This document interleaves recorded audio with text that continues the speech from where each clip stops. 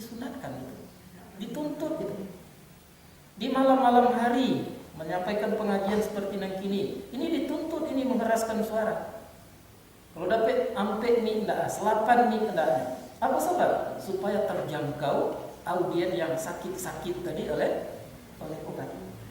Nah, tapi kini yang terjadi tidak seperti itu. Jangan kalah perawat yang akan menyamai dokter, kadang-kadang orang sakit pun menyamai dokter. Jelas-jelasnya tidak sholat, tapi ini mencela orang sholat. Jelas-jelasnya tak tahu dengan agama, tidak berpendidikan kepada agama, malah mereka mendiskreditkan, menghina, bahkan memfitnah orang-orang yang memegang peran di dalam agama itu sendiri. Begitu anehnya dunia di akhir zaman. Nah, jadi itu hati-hati. Biarlah kita disalahkan orang, asal jangan kita menyalahkan orang, kecuali kalau kesalahan itu bisa kita pertanggungjawabkan dengan sunnah, dengan Al-Quran dan sunnah. Jangan seenaknya kita menyalahkan, memburukan orang lain, karena itu adalah sesuatu hal yang sangat tercela di dalam agama kita. Jadi jangankan perawat lain yang akan seolah-olahnya mengatakan dirinya dokter, orang sakit pun kadang-kadang ingin menyamai dokter. Seperti itulah peristiwa yang terjadi dalam kehidupan yang kurang dijangkau oleh kebenaran-kebenaran Allah Subhanahu wa taala. Nah, jadi kembali kita kepada persoalannya. Bolehkah zikir bersama-sama? Boleh. Dan itu pernah kejadian dulu di waktu sahabat Rasulullah SAW. Nabi pada waktu itu mengatakan, aku memang diutus untuk itu. Bolehkah kita berzikir sendiri-sendiri seperti Abu Bakar suka berzikir sendiri-sendiri? Boleh. Kenapa? Karena Abu Bakar berpendapat saya berbicara dengan orang yang bukan tuli. Jadi boleh-boleh saja keduanya. Yang harus diperhatikan adalah tempatnya, kondisinya. Nah, tidak boleh didarap saja. Sunni saja zikir, tak ada pakai ini, tak ada segala-galanya. Kan sunni saja agama. Sunni saja nagari di agama. Itu adalah terlarang di sisi Allah Subhanahu wa taala. Kita harus dengungkan kebenaran itu di tengah-tengah umat. Nah, jadi banyak sekali itu yang salah pengertian. Tak boleh zikir dikeras-keraskan, tapi dangdut dikorek-korekan. Tak baik. Ya. Nah, tak boleh baca Al-Quran tadi terganggu orang dia tidur. Tetapi kalau baben juga, nah, boleh-boleh saja. Begitu terbaliknya cara berpikir orang-orang yang tidak mendapat hidayah daripada Allah Subhanahu wa taala. Nauzubillah min dzalik, kita harus berlindung daripada yang demikian. Nah, jadi kembali kita lihat bahwa syiar Allah tidak akan pernah dirasakan kecuali oleh orang-orang yang sehat hatinya. Nah, maka untuk itu kita perlu berobat. Pertanyaan berikutnya, apa-apa penyakit yang ada di diri kita? Nah, di badan kita kok bersarang penyakit, namanya penyakit itu penyakit lafzi. Ya, karena najis itu, berhadas itu menyangkut dengan tubuh kita, badan kita yang harus kita sucikan. Ya, kalau najis itu mensucikannya dengan istinja. Pamannya seseorang sudah buang air kecil, itu perlu beristinja karena dia dikenakan najis. Sewaktu sebelumnya beristinja, ya, pada waktu itu berarti bernajis, berpenyakit badannya. Sucikan. Dan kemudian ada hadas tersembunyi, tak nampak. Kalau najis tadi nampak, bisa dibauni, bisa dilihat, bisa dirasakan, itu namanya najis. Tapi kalau yang hadas tidak bisa dilihat. Nah, seperti orang-orang yang junub atau jenabah, tidak bisa dilihat itu. Di mana letak najisnya itu tidak bisa. Namanya itu adalah hadas. Nah, dibagi dalam agama itu. Najis itu ada najis kecil, ada najis besar, ada najis menengah. Cara mensucikannya diatur itu di dalam agama. Kita tidak bahas. Hadas pun demikian, ada hadas kecil, ada hadas besar. Kalau hadas kecil bisa disucikan itu dengan wudhu. Kalau najis besar tidak bisa dengan wudhu, itu harus dengan mandi. Itu diatur. Dan itu tidak perlu kita bahas karena itu sudah menjadi pengetahuan di dalam secara umum, sudah kita ketahui sama sekali. Nah, dan kemudian masuk kepada yang kedua yang harus disucikan, yaitunya darah dan daging. Apa itu cacatnya darah dan daging itu? Itunya yang haram atau yang syubhat. Jadi kalau ada yang kita makan itu yang syubhat, itu dalalatnya adalah kepada darah dan daging. Apabila apalagi kalau kita memakan yang haram, maka itu adalah dalalatnya sampai kepada darah dan daging. Nah, maka darah daging yang tumbuh daripada yang haram itu fanaru aula bih kejenan. Neraka yang pantas untuknya. Dengan kata lain, orang yang terbanyak darah dagingnya itu tumbuh daripada yang haram, maka kemauan tubuhnya itu adalah kepada yang tidak dibenarkan Allah Subhanahu wa taala.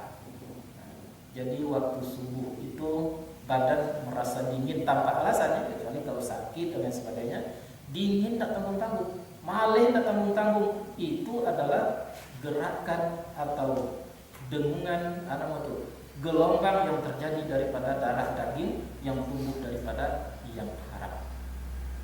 Itu satu contoh ya. Jadi kepada agama yang malih, karena dulu dalam istilah biasa, mana mungkin saya mengikuti pengajian pinggang nomor 2, itu darah dagingnya yang salah, bukan pinggangnya yang salah. Maaf, pinggang nomor 2 apa enggak? Begitulah jadinya. Jadi maka oleh sebab itu harus kita sucikan darah dan daging. Kalau yang badan tadi disucikan dengan air, apakah itu najis atau hadas, maka mensucikan darah daging tidak bisa air lain. Itu adalah dengan nafkah. Tadi kalau berulang-ulang kita sampaikan. Dengan nafkah. Nafkahkan apa yang ada pada diri kita. Jangan sampai menumpuk.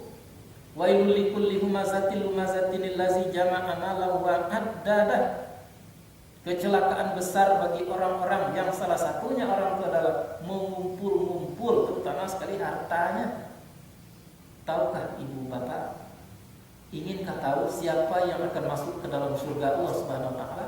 Jawabannya adalah orang yang mengalirkan segala sesuatu yang ada pada dirinya kepada orang lain. Dia punya ilmu, dia alirkan kepada orang lain.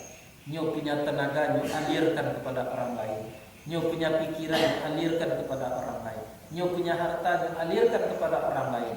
Itulah ahli surga. Itu tanda-tandanya hidup yang berkah. Ini bisa dipahami. Tidak tergantung banyak sedikitnya. Banyak itu orang-orang berilmu tapi tidak mau mengalirkan kepada orang lain. Akhirnya menumpuk ilmunya itu kesudah-sudahannya, ilmunya tidak bermanfaat terhadap dirinya sendiri. Banyak orang-orang cerdas yang tak mengalir kepada orang lain dan dipikirkan adalah dirinya, kelompoknya, itu saja yang pikirkan. Itu adalah hidup yang tidak berkah. Banyak orang yang punya harta tetapi dipungut-pungut, dihitung-hitung, itu adalah kehidupan yang tidak berkah. Jadi maka oleh sebab itu semakin banyak kita mengalirkan apa yang ada pada diri kita, terutama harta, maka justru kita darah daging kita akan semakin suci, semakin sehat darah daging kita sendiri. Apalagi menyangkut dengan harta itu. Ya, kalau di surah Istiqmal pengajian sudah sampai itu, pengajian ulang petang kepada surah An-Nisa kira 11 2 balik masalah faraid, masalah yang menyangkut dengan harta. Aduh, rumit perhitungannya dan sangat berbahaya sekali kalau tidak diikuti. Orang yang tidak mau mengikuti disebut dengan orang durhaka kepada Allah dan kepada Rasul. Tapi kalau ibu-ibu ingin mencari ilmu tentang itu, aduh tuh namanya bukunya dijual, ilmu faraid, ini buku faraid bisa dicari di toko-toko buku. Nah itu. Nah dan kemudian kita tidak boleh berhenti sampai di situ, harus sucikan lagi pikiran lagi. Nah, pikiran itu, fikir bahasa Arab itu nama daripada perbuatan akal. Jadi akal itu namanya, fikir perbuatannya. Fikir itu berasal daripada kata-kata fakaro. Fakaro itu asalnya itu maknanya itu adalah mengorek-ngorek. Bahasa kita mengoke-ngoke. Sesuatu yang kurang jelas nyokoke, sesuatu yang tidak jelas nyokoke. Ya, ingin tahu apa yang ada di dalam, itu namanya adalah fikir. Pikiran yang tidak benar, pikiran yang sakit itu tadi kan penyakit yang tadi adalah kemauannya mengorek-ngorek sesuatu yang tidak benar. Sesuatu yang benar tak pernah korek-korek. Apalah kaji dan disampaikan Dek Buya Kamal tadi itu tak pernah terpikir. Ya, tak pernah dikorek-korek itu, tak pernah dikoke-koke itu. Tetapi Allah dan dipagadukan Dek Sianu jolakinya itu dikorek-koreknya itu adalah otak yang tidak baik. Nah, terus terang zaman kita kini itu nampak. Ya, kesukaan manusia pada umumnya kini adalah suka mengorek-ngorek, mengoke-ngoke orang lain. Sulit dia untuk mengorek-ngorek, mengoke-ngoke kesalahan dirinya sendiri. Akhirnya yang tampak adalah kesalahan orang yang di dirinya tidak pernah salah. Itu adalah sesuatu yang perlu disembuhkan, perlu disucikan. Kalau tadi mensucikan, menyembuhkan badan dengan air, kalau tidak boleh air boleh dengan tanah, tayamum namanya. Dan kemudian kalau membersihkan atau mensucikan darah daging tadi dengan nafkah, maka untuk mensucikan otak tidak bisa lagi dengan nafkah, apalagi dengan air. Untuk mensucikan otak itu adalah dengan ilmu dan hikmah. Atau boleh diganti istilahnya dengan ilmu dan ya paham. Ya, ada ilmu tadi, ada pemahaman. Itu cara menyembuhkannya. Nah, banyak sekali orang yang punya ilmu tapi karena tidak berhikmah, tidak berpaham, akhirnya ilmunya tujuh menjatuhkannya. Nah, jadi untuk itu ilmu tinggi tidak menjamin untuk kebersihan otak. Itu sebabnya banyak sekali kita lihat dalam kehidupan orang-orang punya ilmu tinggi, sekolah tinggi, tak peduli itu di bidang apapun ilmunya, di bidang agama sekalipun, tapi akhirnya jatuh. Mengapa? Karena hikmah tak kunjung mendapatkan. Ilmunya tinggi tapi tidak punya hikmah atau tidak punya paham. Jadi rupanya ilmu saja tak jadi, harus ada hikmah. Dapat kesimpulan, dapat suatu pemahaman kita dari sesuatu yang kita ketahui. Nah, dan kemudian kalau sampai di situ masih belum kita dapat merasakan manis tadi, masih sakit itu, perlu disucikan yang berikutnya, yaitu hati nurani. Hati itu ada penyakitnya, ada itu kejahatannya, ada apa? Ragu, kufur, syirik, kemudian nifak, apalah yang ada di dalam hati. Maka itu perlu dibersihkan. Untuk membersihkan itu, mensucikan itu, tidak bisa lagi dengan ilmu dan hikmah, apalagi dengan nafkah, apalagi dengan air atau dengan tanah. Tetapi untuk mensucikan hati nurani itu adalah bizikrillah, dengan zikir Allah Subhanahu wa taala. Itulah tadi, apakah zikirnya ya Rahman ya Rahim terserah, apakah zikirnya ya Latif ya segala macamnya boleh, tetapi jangan dikatakan bahwa zikir Allah tidak boleh. Nah, maka zikir Allah itu adalah merupakan induk daripada seluruh zikir-zikir asma tadi. Maka oleh sebab itulah disebut bahwa la ilaha illallah itu adalah kalimatun thayyibah. Tidak ada Tuhan kecuali Allah.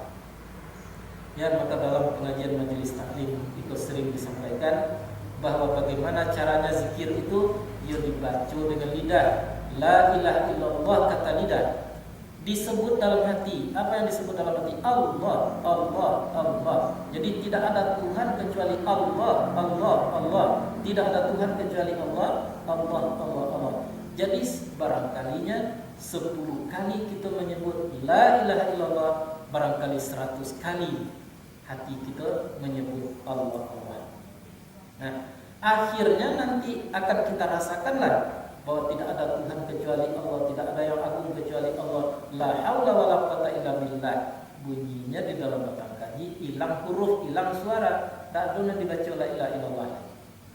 Nah, datang rasa pada diri. Rasa apa yang datang tadi itu? Ya rasa la haula wala quwata illa billah. Tak ada daya, tak ada upaya kecualinya dengan Allah Subhanahu wa taala. Adi rasa itulah kita bermain. Rasa itulah yang harus kita bawa kemanapun kita pergi. Pai mengajar bawa rasa itu.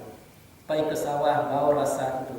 Mengaji bawa rasa itu. Ke dalam WC sekalipun harus kita sadari bawa rasa bahwa kita diawasi, kita dilihat, kita didengar, kita diliputi oleh Allah Subhanahu wa taala. Kita bisa menjadi sedikit. Di saat itulah manusia akan mampu merasakan syiar Allah Subhanahu wa taala tadi. Nah, bisa dipahami. Tidak mudah itu. Ya, ada orang tadi datang ke Rasulullah, suami istri. Kejadiannya, tolong diajarkan Pak Buya. Apa yang diajarkan? Nak dapet rasu bertuhan Tuhan. Syiar tadi, nak dapet rasanya, indahnya, manisnya, hebatnya, kuasanya Allah Subhanahu wa taala Tuhan. Nak bisa itu. Kira-kira bisakah menyampaikan itu di dalam waktu terbatas? Nah, banyak jamaah malam tadi masih ada yang mengakui, ambolah 3 tahun mengaji, hampir tahu baru dengan rasa itu, tapi belum bisa dirasakan secara sempurna. Nah, mengapa? Itu tidak bisa kita yang akan membuat itu, tapi hanya Allah Subhanahu wa taala. Tadi Allah lah penyembuh, bukan kita, bukan nabi, apalagi buya-buya, apalagi buya Kamal. Tidak bisa. Nah, jadi kerajaan itu apa? Menganalisa, kemudian merenung, mempelajari dengan sistem-sistem yang kita lakukan seperti yang tadi. Tidak sekedar kita ilmui tapi dipahami, tidak sekedar dipahami tetapi adalah diamalkan. Tidak sekedar diamalkan tapi sampai kepada dakwahkan kebenaran Allah Subhanahu wa taala. Nah, jadi syiar artinya adalah apa tadi arti syiar? Ya. Sesuatu yang dipamerkan oleh Allah, yang dinyatakan oleh Allah Subhanahu wa taala, yang itu adalah keindahan sebetulnya tentang Tuhan.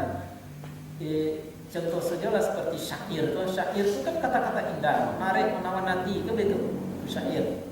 Iza kasyafaz zamanu lakal qina wa madda ilaika sarfud dahri ba'a. Nah, itu syair itu, bukan hadis. Apabila terbuka kesempatan itu satu depa, jangan dilewatkan kesempatan itu karena kesempatan tidak akan berulang lagi. Kan indah itu kata-kata. Ya? Jadi kita di dalam kehidupan di dunia itu sehasta pun terbukanya itu tidak akan berulang lagi. Kalau tidak terisi itu kita dengan kebenaran baru rugi. Nah, mengapa disebut rugi? Karena waktu kita pendek, bukan rugi. Coba dengarkan ayatnya. Alhaakumut takasur hatta zurtumul maqabir. Nah, berlomba-lomba banyak sudah memperdayakan kamu. Hatta zurtumul maqabir, sehingga kamu apa dia? Nah, zurtu bukan sampai artinya itu, ziarah artinya. Hatta zurtumul maqabir, sampai kamu ziarah ke dalam kubur. Nah, apa arti ziarah? Bukan. Arti ziarah itu berkunjung sebentar. Itu artinya ziarah. Orang ziarah kubur lain lama-lama. Enggak. Itu sebentar cuma. Lalu terus kita. Bayangkan, kubur itu sampai bila itu kubur? Sampai hari berbangkit, entah berapa ratus tahun, entah berapa mungkin miliar tahun di situ. Disebut oleh Allah itu kita masuk ke dalam kubur itu namanya ziarah. Para kira-kira kita hidup di permukaan bumi ini. Bandingkan dengan kubur tadi. Sedangkan kubur begitu lamanya nanti dalam kubur disebut ziarah, apalagi di dunia sangat sebentar sekali.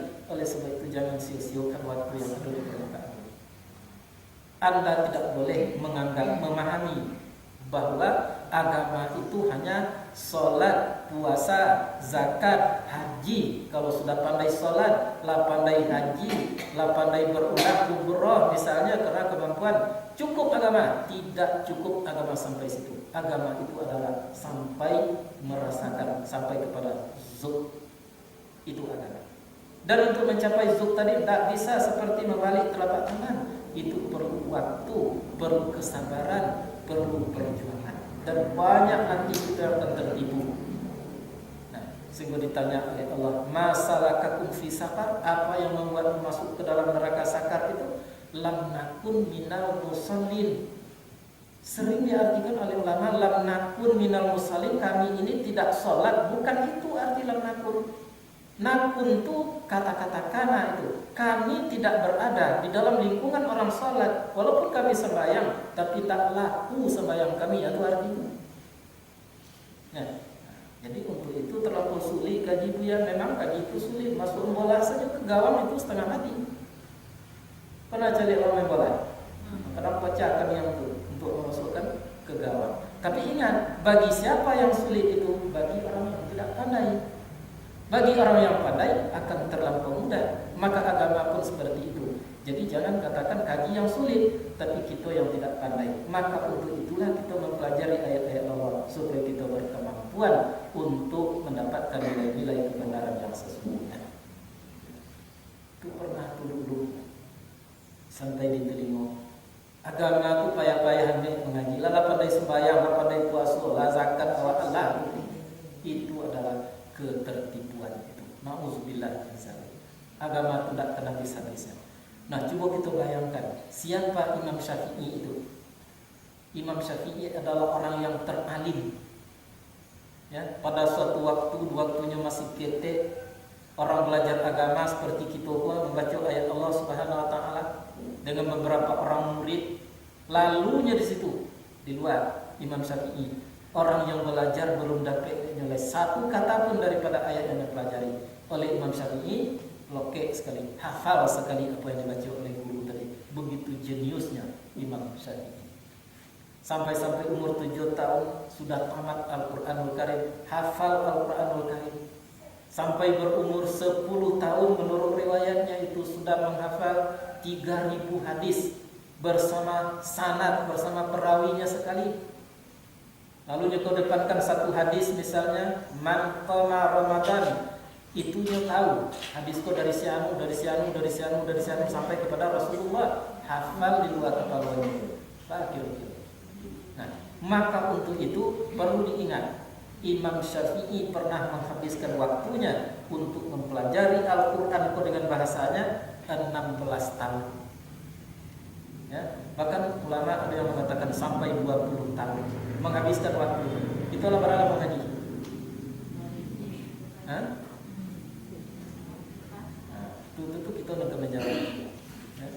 Walaupun waktunya mungkinlah setahun, 2 tahun mungkin, tapi kalau kita persentasikan maka berapa kita yang aktif? Nah, berapa kita yang aktif? Maka untuk itu memang agama itu tidak sulit. Tapi kalau prosedurnya itu kita tempuh, maka agama akan menjadi mudah. Lah jadi tidak mudah untuk mendapatkan rasa. Tidak mudah untuk merasakan indah rasa, tidak mudah merasakan takwa, tidak mudah mendapatkan rasa hina, kecuali kalau andai kata mereka tadi disembuhkan oleh Allah Subhanahu wa taala. Pertanyaan, siapa yang disembuhkan oleh Allah? Orang yang berobat kepada dokter. Siapa dokternya? Muhammad sallallahu alaihi wasallam. Muhammad sudah meninggal, resep sudah sempurnanya tinggalkan. Itulah Al-Quranul Karim. Maka itulah tugas ulama-ulama, tugas kiai-kiai tadi, tugas buya-buya untuk mengeluarkan apa yang ada di dalam resep itu untuk dimanfaatkan oleh pasien yang sakit-sakit.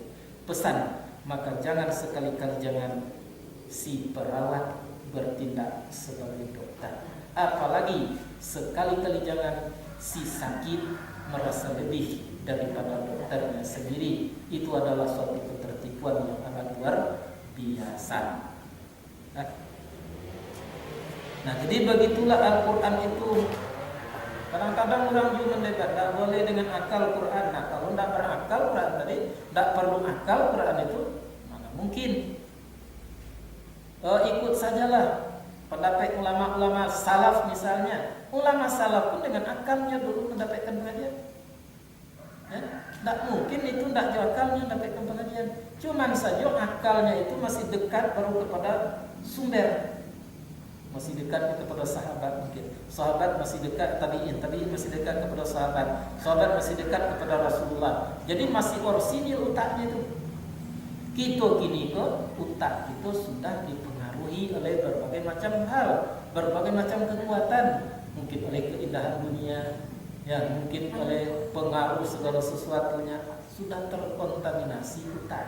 Nah, maka untuk itu jangan kita berkatakan otak tidak bisa dibawa, pikiran tidak boleh dibawa ke dalam ayat, tetapi kita harus menyatakan wajib membawa pemikiran, tetapi pemikiran yang suci tadi, pemikiran yang bersih tadi, itulah yang kita bawa kepada Al-Quran tadi. Tapi kalau pikiran-pikiran yang tidak suci, yang dikuasai oleh nafsu misalnya, itu ya tidak boleh itu dibawa untuk mencari kebenaran ayat, membawa untuk menterjemah ayat dan lain sebagainya, karena nantinya akan jadikan ayat itu sesuai dengan kemauannya sendiri. Cobalah perhatikanlah zaman kita. Kalau terbuka kesempatan-kesempatan yang kesempatan itu adalah memerlukan orang lain, keberpihakan orang pada dirinya, biasanya ayat-ayat Allah laku tuh, surau-surau laku tuh, masjid-masjid itu dikunjungi itu. Apa sebab? Karena mereka mencari antisipasi orang untuk mendukungnya sendiri. Maaf ya, biasanya terjadi apabila terjadi pemilu. Kalau lagi pemilu itu ayat-ayat Allah Subhanahu wa taala itu dipakai itu, ya, dibawa itu. Ya, surau-surau rami itu, segalanya rami. Kita bukan tidak setuju, laksanakanlah itu. Tapi tolong perbaiki niat, perbaiki tujuan, karena Nabi mengatakan al-umuru bimaqasidiha, kecil orang usul, kata Nabi innamal a'malu binniyat, segala sesuatu itu tergantung kepada niatnya.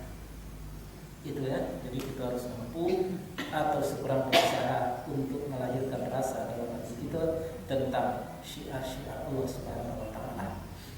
Nah, dan kemudian Allah menyatakan dalam ayat itu tentang haji. Kita tidak akan bicarakan haji. Ya, mungkin begitu tinggal kita pembicaraan tentang haji atau salah atau begitu berapa rukunnya, berapa itu perlu dihafal, itu bukunya ada itu. Bagi yang kan pai haji, ya itu cukup. Nah, laksanakan saja manasik haji. Ada tuntunannya itu untuk haji. Begitu juga umrah. Umrah itu identiknya itu adalah haji kecil. Bukan di musim haji, tetapi boleh dilaksanakan sepanjang tahun. Itu haji. Nah, tidak apa-apa itu tawaf antara Safa dan Marwah itu. Tawaf itu artinya mengeliling, berputar-putar, balik-balik di situ tak dosa. Ya, tawaf. Nah, kemudian wa man tatawwa'a khairan, dan barang siapa yang mentaati akan kebaikan. Artinya tadi. Taat itu apa artinya tuh?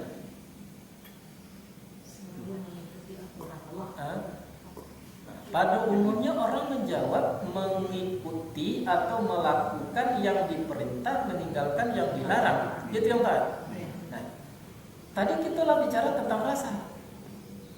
Kalau andai pun seseorang melakukan yang diperintah, tapi tidak dengan rasa indah, tidak dengan rasa butuh, tidak dengan rasa aman, itu tidak taat itu. Ya, mungkin dia lakukan sesuatu yang diperintah itu karena mengharapkan yang lain tadi. Mungkin karena dia telah terbiasa saja melaksanakan yang diperintah, itu bukan taat. Orang taat adalah orang yang melakukan sesuatu yang diperintah, tetapi dia rasakan yang diperintah tadi adalah keuntungan. Ibu kini kau mengaji, belajar Al-Quran di situ. Rasa dengan dalam hati kini. Nah, rasa beruntung itu orang taat. Tapi kalau tidak ada kita merasakan bahwa kita mendapat suatu keuntungan, cuman itu hanya ritual saja, ya, itu bukan taat namanya. Nah, tetapi kalau kita merasakan, bahkan kita merasa rugi kalau tidak kita ikuti pengajian itu taat terhadap pengajian namanya. Begitu juga keburukan. Banyak orang yang mampu meninggalkan keburukan, tapi karena yang lain, mungkin karena takut diurang, karena malu diurang, karena segan dan lain sebagainya. Itu yang membuat mereka orang taat kan seperti itu. Orang taat meninggalkan yang dilarang, tetapi memang hatinya itu benci, tidak merasakan baik yang dilarang, jijik terhadap yang dilarang. Itulah orang-orang yang taat. Nah, maka di dalam ayat itu, barang siapa yang taat akan kebaikan, melakukan kebaikan dengan penuh rasa tadi, fa innallaha syakirun alim, maka bahwasanya Allah itu syakirun. Syakirun itu adalah isim